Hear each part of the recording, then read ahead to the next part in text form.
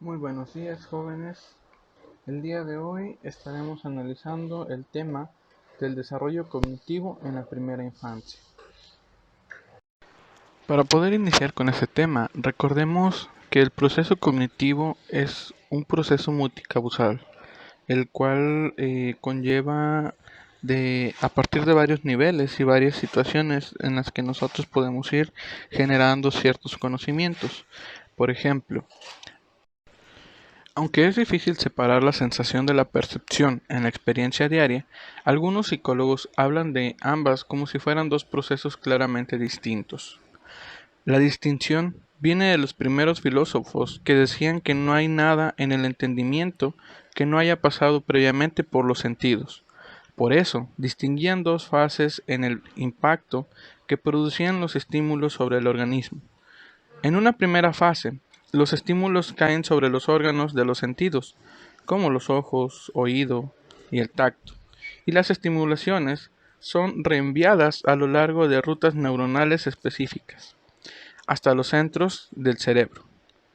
En una segunda fase, y una vez que están dentro, son interpretados sobre la base de la experiencia y se emite la respuesta apropiada.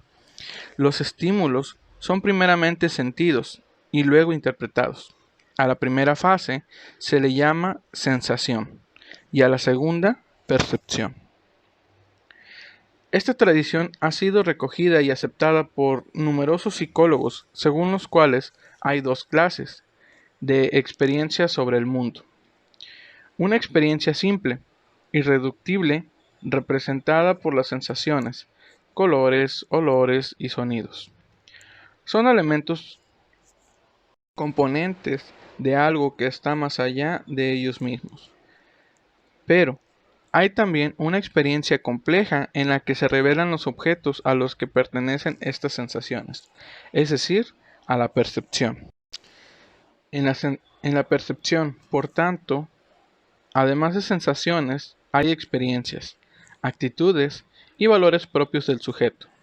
Durante mucho tiempo se han mantenido estos dos procesos como radicalmente separados, como dos fases claramente distintas, y así aparecen en muchos manuales y libros de texto. Sin embargo, la distinción entre ellos es cada vez más pequeña y las diferencias menos claras y terminantes. Haciendo hincapié en este último punto, recordemos que las sensaciones es todo aquello que nosotros percibimos a través de nuestros cinco sentidos, todos los objetos que nos rodean. Recordemos que el estímulo puede ser el mismo para todos. Sin embargo, ya cuando hablamos de la percepción, podemos diferir en este aspecto, ya que tanto yo puedo tener una percepción muy diferente a la de algún compañero con relación al mismo objeto, ya sea por los colores, por la percepción de colores, nuestro umbral de dolor, eh, nuestra sensibilidad olfativa o auditiva, ¿sí? Eh, ya cuando hablamos de la percepción, es la interpretación que nosotros le estamos dando al estímulo que tenemos frente. La percepción, en general, puede interpretarse como un proceso de la actividad humana que tiene una función primordialmente adaptativa y se inscribe en el conjunto de los llamados procesos cognitivos. Al decir que es un proceso, se requiere dar a entender el carácter dinámico de la actividad perceptiva frente a otras concepciones estáticas que entienden la percepción como una relación puramente pasiva de la información exterior entrante, es decir, un simple registro de datos. Por el contrario, la percepción es una actividad que el organismo realiza para extraer del medio ambiente la información que necesita para su funcionamiento normal. El sujeto que percibe es el autor de su propia experiencia. Hay dos clases de pruebas que ilustran el carácter activo de la percepción. La primera es de carácter fisiológico. De las investigaciones realizadas por Hubel y Wieser, se sabe que los mecanismos sensoriales y perceptuales responden selectivamente a diferentes aspectos del mundo físico y juegan un papel importante en la modulación y modificación del mensaje.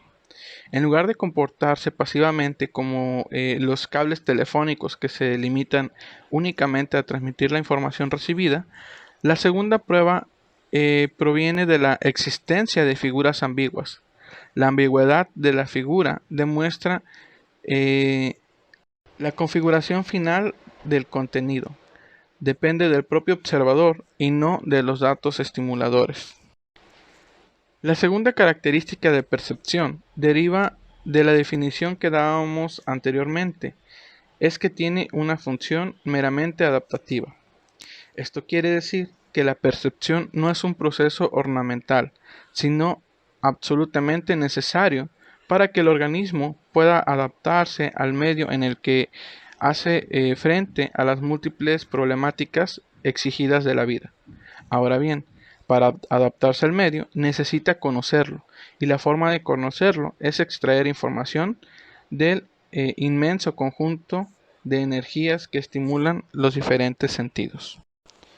Aunque son muchos los estímulos que llaman a la puerta de los sentidos y estimulan los órganos receptores, no todos tienen el valor informativo. En realidad, solo los estímulos que provocan algún tipo de conducta reactiva o adaptativa tienen trascendencia vital para el sujeto. Esto pone de relieve otra cualidad de la percepción humana, que es el proceso selectivo. Muy bien, una vez aclarado esto, hablaremos acerca de la memoria. Es evidente la implicación de memoria en el funcionamiento intelectual del individuo. Ambas funciones son inseparables. En este sentido, Barbel define la memoria como la aprehensión de lo que se ha experimentado o adquirido en el pasado e implica la conversación de esquemas de inteligencia. Y como señala Vygotsky al estudiar la relación entre el pensamiento y la memoria, para el niño pequeño, pensar significa recordar. En un sentido más estricto se puede definir a la memoria como la capacidad para evocar información previamente aprendida o la habilidad para recordar experiencias y acontecimientos pasados. En esta capacidad están presentes tres procesos. El primero es el proceso de adquisición. Responde de la entrada de información, donde intervienen los factores perceptivos y de la atención. El segundo es el proceso de almacenamiento o retención. Se refiere a la forma en que se organiza y codifica la información para poder ser almacenada. Se distinguen dos estructuras de memoria: la memoria a corto y la memoria a largo plazo. Finalmente, en el tercer punto, el proceso de recuperación. Se trata de los mecanismos y condiciones para utilizar la información adquirida o retenida. Cuando hablamos de la memoria a corto plazo, hacemos referencia a aquella que nos permite retener datos con una capacidad limitada durante un tiempo más o menos breve. Así pues, es posible memorizar en el momento un número de teléfono oído y evocarlo inmediatamente. Pero si no se utiliza algunas estrategias para retenerlo durante más tiempo, al cabo de media hora se habrá olvidado. Por otro lado, la memoria a largo plazo se puede decir que es un almacenamiento sin límites de capacidad, donde se acumulan datos o experiencias que ocurren a lo largo de toda la vida. Existe una relación entre una y otra memoria, aunque cada tipo de memoria tiene una estructura diferente. Los datos que se almacenan en la memoria a corto plazo, si se organiza de alguna manera significativa o se utiliza otro tipo de estrategia, pasará a la estructura de la memoria a largo plazo. Este modelo de memoria sirve para explicar por qué algunas personas mayores son capaces de recordar experiencias de su infancia y, sin embargo, son incapaces de retener datos inmediatos. De modo que, por ejemplo, preguntarán una y otra vez ¿qué hora es? O ¿qué día es hoy? Esto significa que la estructura de la memoria a corto plazo se ha deteriorado, mientras que la memoria a largo plazo no ha sufrido alteración alguna. Los niños en el proceso de desarrollo utilizan la memoria a corto plazo para estructurar posteriormente la memoria a largo plazo. Algunos indican que los niños en edad escolar tienen una gran capacidad de retención a corto y a largo plazo debido fundamentalmente al interés que muestran por las actividades que realizan. La capacidad de la memoria aumenta con la edad y parece ser que estos cambios son debidos fundamentalmente a las estrategias que se utilizan en el control de la información, que permiten mantener y elaborar de forma más completa y, por lo tanto, recordarla mejor. La estrategia es el plano o programa que lleva a cabo un sujeto, que le permite recordar una serie de datos o, como dice Flavel, la actividad más o menos consciente que una persona puede utilizar con objeto de hacer más fácil el recuerdo. Estas estrategias pueden ser diversas, como por ejemplo la repetición de los datos, la organización de los datos agrupándolos en función de las relaciones entre los mismos, que proporcionan un significado. Algunas estrategias no verbales son las que se ven a utilizar a los niños menores de 6 años, ayudándose de datos externos como mirar, señalar o tocar los objetos, inclusive pedir ayuda a otra persona. El material se aprende mejor cuando la práctica es distribuida. Esto quiere decir que el aprendizaje se distribuye a lo largo del tiempo o cuando la práctica es masiva. Es decir, repetimos constantemente esta información para hacerla propia. El material significativo se aprende y se retiene mejor que el material no significativo. La mayor cantidad de olvido se produce inmediatamente después de un aprendizaje, luego se pierde cada vez menos. Y los pequeños aumentos en el material a aprender supone grandes aumentos de tiempo en aprenderlos. Finalmente hablaremos del pensamiento. Esta es una capacidad exclusiva del ser humano que permite al individuo resolver problemas y razonar. Esta actividad intelectual compleja va a estar en estrecha relación con otros procesos intelectuales como la percepción, memoria, atención, el lenguaje. La conexión directa del pensamiento con el lenguaje es evidente, ya que si pensamos en algo o en alguien, por lo general utilizaremos un lenguaje interior para describir las características o situar el objeto en el contexto. Por lo tanto, el lenguaje no es solo el instrumento que nos sirve para expresarnos y comunicarnos con los demás, sino también para comprender, planificar, razonar, solucionar, es decir, pensar. No siempre los pensamientos se presentan a partir de conceptos o de lenguaje. También podemos utilizar imágenes mentales. Es posible tener representaciones mentales o pensamientos mediante palabras, imágenes u otros símbolos. La percepción, para que se dé, necesita de la presencia del objeto, mientras que el pensamiento no, es decir, es representativa. Cuando utilizamos el pensamiento como parte de una solución de problemas, hacemos referencia a que un problema es cualquier cosa que crea una sensación de tensión en una persona, y una solución es algo que descarga la tensión. La tensión no necesariamente tiene que ser desagradable. Un requisito básico es que el problema sea nuevo para la persona, de manera que no pueda reproducir una respuesta aprendida anteriormente.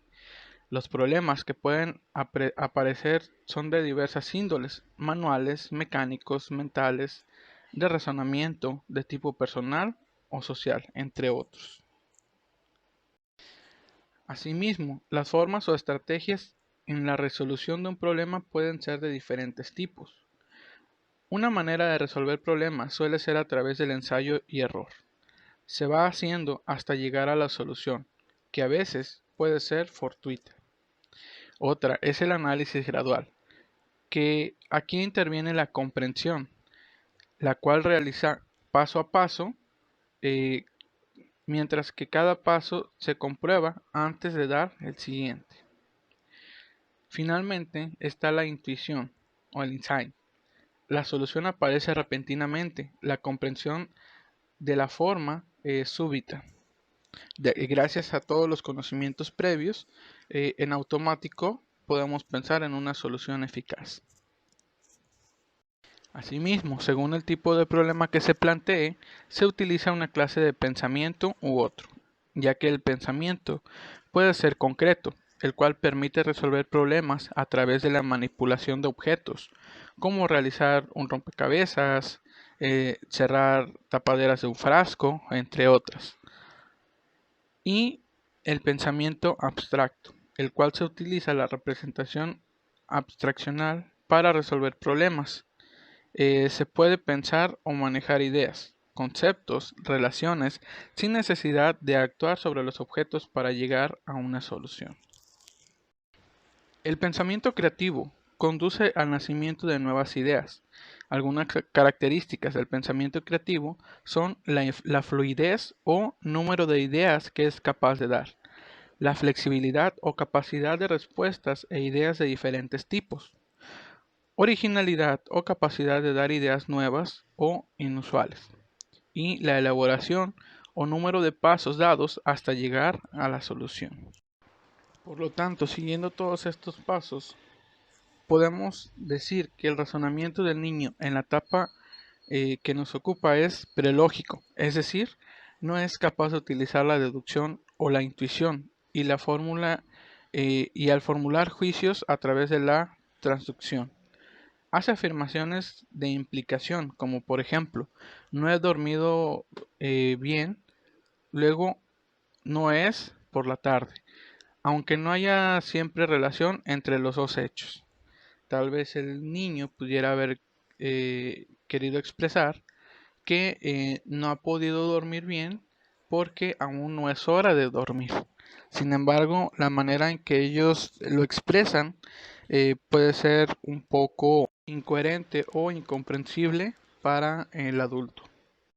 Muy bien, ahora vamos a profundizar un poco más en el estadio sensoriomotor, el cual abarca de los 0 a los 2 años de edad. Jean Piaget, psicólogo suizo especialista en el desarrollo, dividió en 4 etapas o estadios del desarrollo cognitivo la etapa sensoriomotora, de la cual comprende del nacimiento a los 2 años de edad, la preoperacional de los 2 a los 7 años, de operaciones concretas de 7 a 11 años y o formales de los 11 años en adelante. Piaget nombró a la primera etapa del desarrollo cognitivo el periodo sensoriomotor, porque implica que el niño debe aprender a responder por medio de la actividad motora a los diversos estímulos que se presentan a sus sentidos. El niño no solo escucha y ve un sonajero, aprende a sostenerlo, sacudirlo o chuparlo. La tarea de aprender a coordinar secuencias sensoriomotoras para resolver problemas simples. Piaget subdividió el periodo sensoriomotor en 6 subetapas, las cuales estaremos viendo a continuación. La primera subetapa son los ejercicios reflejos, el cual tiene un periodo desde el nacimiento al primer mes. En este, los niños usan sus reflejos innatos y adquieren cierto control sobre ellos, así como la coordinación sensorial y motriz correspondiente a las tendencias instintivas, la consolidación del ejercicio funcional a partir de los reflejos innatos, como por ejemplo la nutrición, el reflejo de búsqueda y de succión, la succión en el vacío, la succión de dedos de la mano u algún objeto que se puedan estar encontrando. También el reflejo tónico del cuello, que es cuando el niño intenta empezar a mover la cabeza, tratar de voltear un poco. El reflejo de presión, si tú le das al infante un objeto, ya sea algún juguete, tu mano, un dedo, el infante lo que va a hacer es comenzar a presionar, a tratar de sujetarlo. Si tú pones al bebé de pie, claramente con ayuda, cargándolo sin dejar que todo el peso caiga sobre él, empezará a fungir o a presentarse el reflejo de la marcha, un intento de caminata. Inclusive si se pone el bebé boca abajo, este tratará de hacer lo posible por iniciar con el reflejo de gateo. Sin embargo, a esta edad carece de fuerza suficiente para poder hacerlo. Sin embargo, la intención de hacerlo estará presente. La siguiente subetapa es la de las reacciones circulares primarias. Esta se presenta del primer mes al cuarto mes. En esta, los infantes repiten las conductas placenteras que ocurren por azar. Son reacciones primarias porque ocurren en el propio cuerpo del niño. Se adaptan los reflejos adquiridos y surgen las primeras coordinaciones motrices, como por ejemplo, chupar el dedo produce placer, por lo tanto, se repite esta actividad. Asimismo, hay algunas otras actividades como el tocar algún objeto que pueda ser suave y por lo tanto produzca una sensación placentera para el infante. La siguiente subetapa son las reacciones circulares secundarias. Estas se presentan de los 4 a los 8 meses de edad. Durante esta subetapa, el niño hace accidentalmente algo interesante. La acción se repite deliberadamente para obtener el mismo resultado.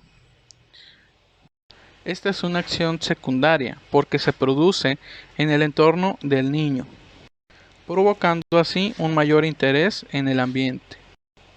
Gracias a esto, se presentan indicios de la coordinación entre la visión y la aprehensión. Por ejemplo, buscar un objeto en el entorno parcialmente oculto, siendo este de interés para el infante. En la siguiente subetapa hablaremos de la coordinación propositiva de los esquemas secundarios. En esta se abarca de los 8 a los 12 meses de edad. Empiezan a anticipar sucesos y a utilizar esquemas previos para resolver problemas en situaciones actuales. Como la conducta se torna deliberada y propositiva. Al coordinar actividades motoras y sensitivas, el niño comenzará a, a tener la habilidad de poder prever algunas situaciones que suceden en su entorno y esto motivará a su habilidad motora para buscar una solución o intentar resolver algunos problemas presentes.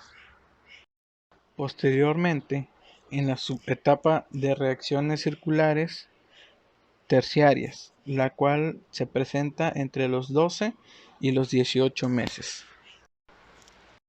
Durante esta subetapa se inicia con la experimentación. El infante comienza a realizar acciones nuevas para ver qué es lo que sucede en su alrededor. Aquí es donde comienzan a realizar lo conocido como el ensayo y el error. Se les conoce como terciarias al propósito de la exploración. Esta nueva experimentación sucede en lugar de repetir patrones de conducta ya aprendidos. Y finalmente, en la subetapa 6, vemos las soluciones mentales. Esta etapa abarca de los 18 a los 24 meses.